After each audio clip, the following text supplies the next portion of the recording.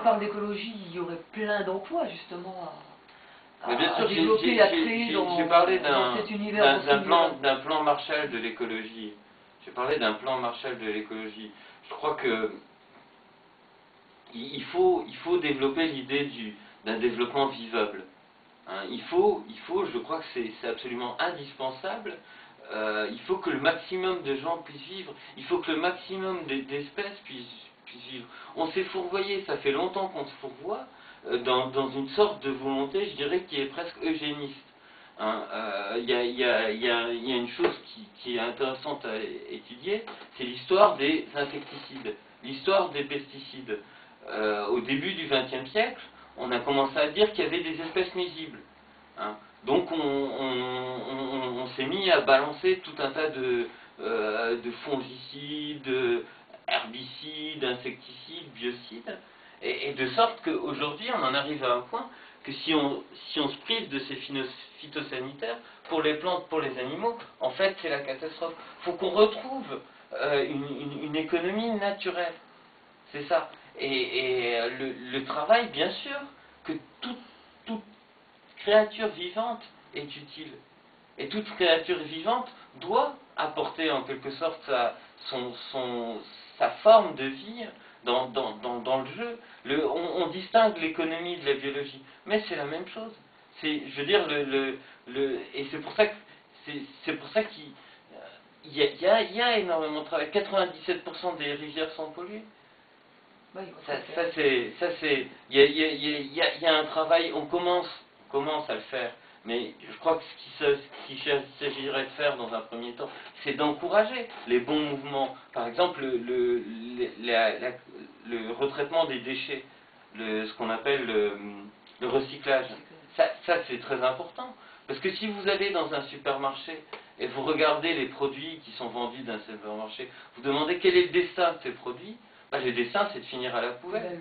C'est-à-dire que notre société, ou le destin de ces objets-là, de ces bouts de plastique, c'est aussi de finir à la poubelle. De sorte que on a une sorte de société qui va extraire en quelque sorte la vie de la Terre, tout en ravageant les habitats, les lieux de vie des espèces vivantes, et qui va transformer en quelque sorte cette extraction en produit qui lui-même finira à la poubelle. De sorte que c'est comme si on prélevait du vivant pour transformer ça en décharge publique.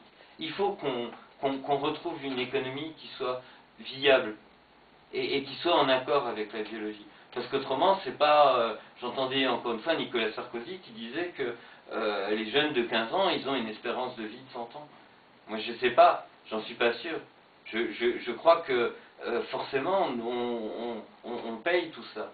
Hein. On voit bien l'exemple de toutes ces crèmes, de tous ces déodorants dans lesquels on a mis de l'aluminium, et les gens qui sont malades, les gens qui sont malades à cause de ça. Il y a un terme, c'est la syncarcinogenèse.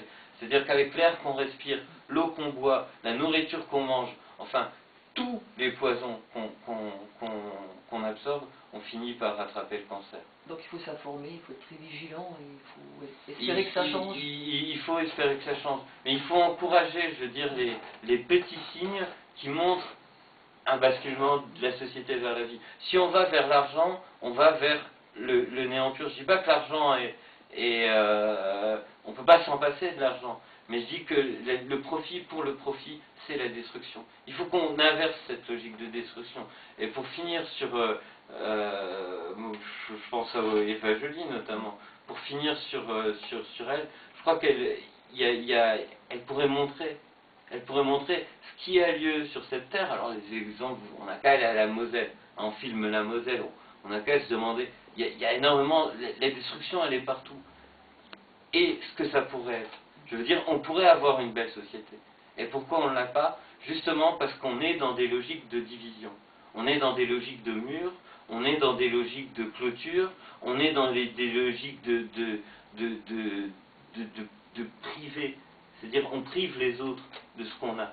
au lieu de donner aux autres, de partager ce qu'on a. Alors toi, tous tes dessins, tes tableaux, tu les gardes bien au chaud chez toi, ou tu as Non, envie de les faire connaître j'ai envie de les faire connaître. au peuple, au monde, aux gens. Et de toute façon, la création d'un objet, surtout un tableau ou un livre, c'est un objet qui, en théorie, ne va pas partir à la poubelle. C'est comme si c'était en quelque sorte des messages images en quelque sorte. Ils sont là pour être partagés, ils sont là pour être vus. Et même s'ils sont encore chez moi aujourd'hui, après mes 4 expositions, à un moment ou à un autre, vous les voyez, ou à un moment ou à un autre, ils vont voyager, ils vont être vus. L'idée, c'est de retrouver le lien qui existe entre tous les êtres vivants. L'idée, c'est ça. Hein.